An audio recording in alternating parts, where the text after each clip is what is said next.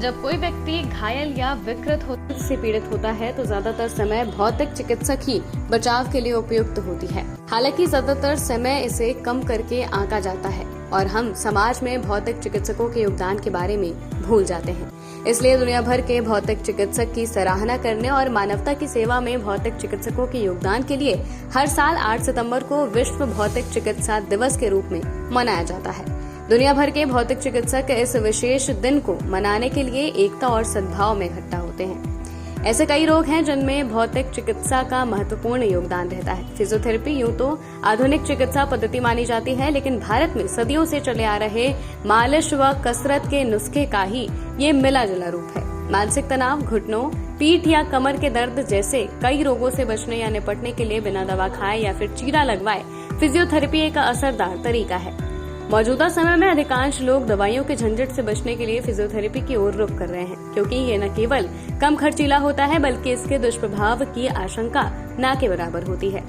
प्रशिक्षित फिजियोथेरेपिस्ट द्वारा व्यायाम के जरिए शरीर की मांसपेशियों को सही अनुपात में सक्रिय करने की विधा फिजियोथेरेपी कहलाती है। घंटों लगातार कुर्सी पर वक्त बिताने, गलत मुद्रा में बैठने और व्यायाम या फिर खेल के दौरान अंदरूनी खिंचाव या जख्मों की हीलिंग के लिए फिजियोथेरेपिस्ट की सेवा लेने की सलाह खुद चिकित्सक भी देते हैं। विश्व भौतिक चिकित्सा दिवस के उपलक्ष्य में आज बात करते हैं बैक पेन और नेक पेन के बारे में और जानते हैं कि आखिर कैसे भौतिक चिकित्सा के माध्यम से ऐसे दर्द से जूझ रहे मरीजों को आराम मिलता है। बिना एक्सपर्ट के इसको समझाना आसान नहीं है और इसीलिए हेल्थ संवाद प्लेटफॉर्म से जुड़े हैं consultant physiotherapist doctor Ajit Kumar Singh. आज उन्हीं से विस्तार से भौतिक चिकित्सा के कमाल को जानते हैं। डॉक्टर अजीत बताते हैं कि नेक और बैक पेन के cases work from home culture की वजह से बढ़ रहे हैं। फिजियोथेरेपी आजकल जो वर्क फ्रॉम होम का जो समस्या है उसमें फिजियोथेरेपी बहुत अच्छा कारगर साबित होता है। और उसमें क्या होता है कि फिजियोथेरेपी इसलिए सीनियर सर लोग उसको प्रिस्क्राइब करते हैं कि जैसे देखे होंगे वर्क फ्रॉम होम में सिस्टम से सारा काम होता है, लैपटॉप कंप्यूटर में सारा काम होता है, तो पोस्चर करेक्शन सही नहीं रह पाता है। हम लोग का पोस्चर, बैठने का पोस्चर ये होता है सीधा। और वर्क फ्रॉम होम में क्या होता है कि बैठते बैठते बैठते बैठते बैठते बैठते बैठते बैठते बैठते करते करते करते करते पूरा स्पाइन सी बन जाता है। उसके साथ क्या होता है कि जब स्पाइन पूरा अपने पोस्चर से दूसरे पोस्चर में चला जाता है तो डिस्टर्ब होने लगता है, एक दूसरे की नर्व को दबाने लगता है, बोन आपस में नसें को दबाने लगती हैं। उसके साथ साथ क्या होता है सर, रेडिएशन पेन आने लगते हैं, दर्द होने लगता है, पैरों तक तलवे तक दर्द चला जाता है, जिसे थोड़े इग्नोर कर देने के बाद वो सियाटिका में कन्वर्ट हो जाता है, जिसे कहते हैं कि साटिका।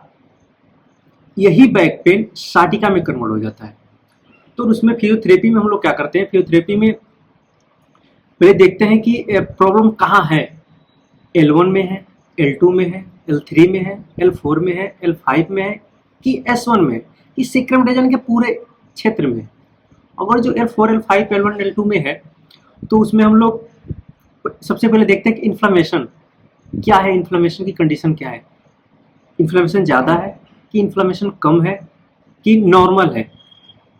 अगर जो नॉर्मल है तो उसमें हम लोग ट्रीटमेंट दे, एक डायथर्मी होती है, शॉर्ट वेट डायथर्मी, उसको हम लोग लगाते हैं। उसका टाइम पीरियड रहा 10 मिनट का, तो short wave diathermy 10 minute. Then एक अल्ट्रासोनिक होता है, अल्ट्रासोनिक थेरेपी होता है, उसको हम लोग 10 मिनट का लगाते हैं। अगर जो सूजन नॉर्मल सूजन है तो, और उसके बाद अगर जो सूजन ठीक ठाक कंट्रोल है, उसके बाद हम लोग उसको एक्सरसाइज कराते हैं। एक्सरसाइज में क्या होती है, ब्रिजिंग। अब ब्रिजिंग में क्या होता है कि दोनों पैर को फोल्ड करना, हाथ को दोनों साइड में रख लेना और कमर को उठा के ब्रिज बनाना।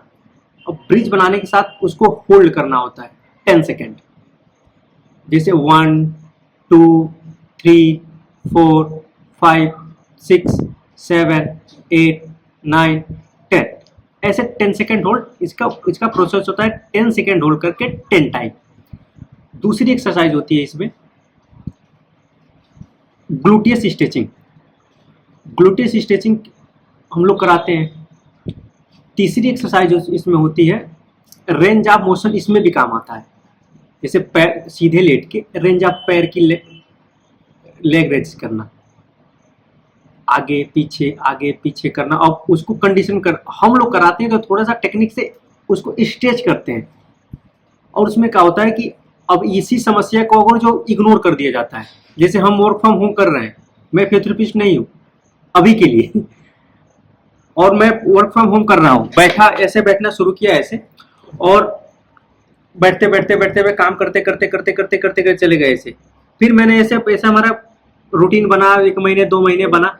फिर उसके बाद से क्या होता है कि अचानक एक समय ऐसा आता है कि दर्द ज़्यादा होता है, हम हॉस्पिटलाइज होते हैं, फिर न्यूरो या अर्थो के पास जाते हैं, और वहाँ पे न्यूरो अर्थो जाने के बाद वो कहते हैं एमआरआई कराइए। एमआरआई में निकल के आता क्या है, स्लिप डिस्क।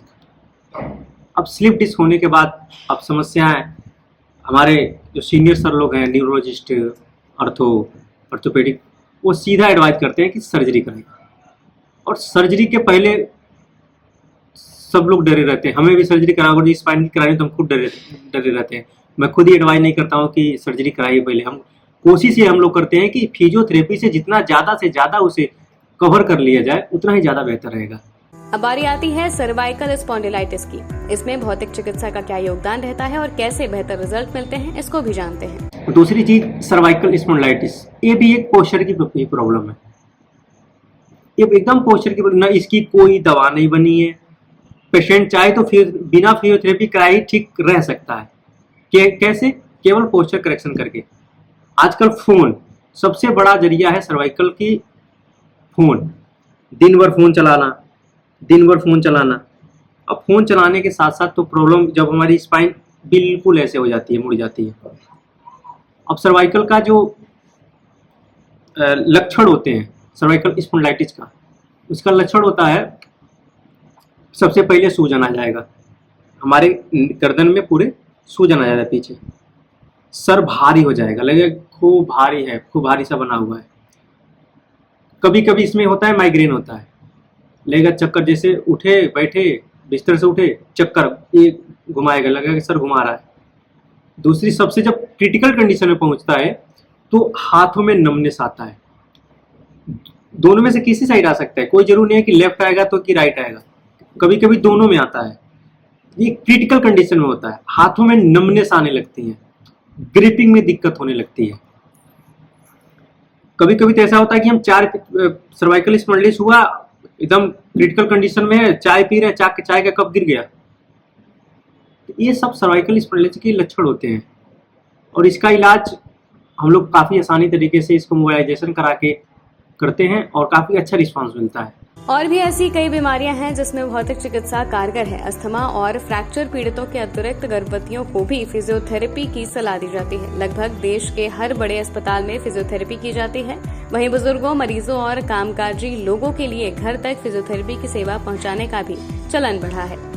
इसकी खास बात है कि फिजियोथेरेपिस्ट मरीज पर व्यक्तिगत तौर पर ध्यान देता है। ऐसी ही तमाम जानकारियों के लिए आज लाइक और सब्सक्राइब करें हेल्थ संवाद।